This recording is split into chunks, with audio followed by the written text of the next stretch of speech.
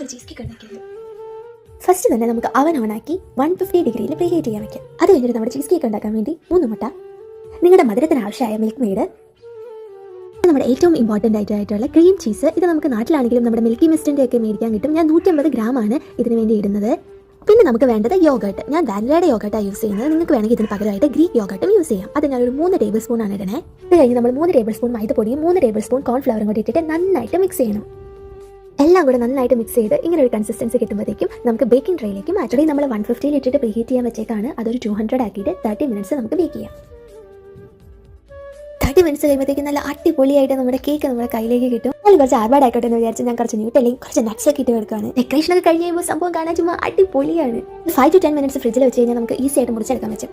ഞാനിപ്പോൾ സൈഡിൽ നിന്ന് ഒരു പീസ് എടുത്തു. ഉള്ളിൽ നിങ്ങൾക്ക് ഇത് കാണുമ്പോൾ തന്നെ അറിയാം, നല്ല ഫ്ലഫിയാണ്, നല്ല സോഫ്റ്റാണ്. വായിലിടുമ്പോൾ തന്നെ അലിഞ്ഞു പോകും.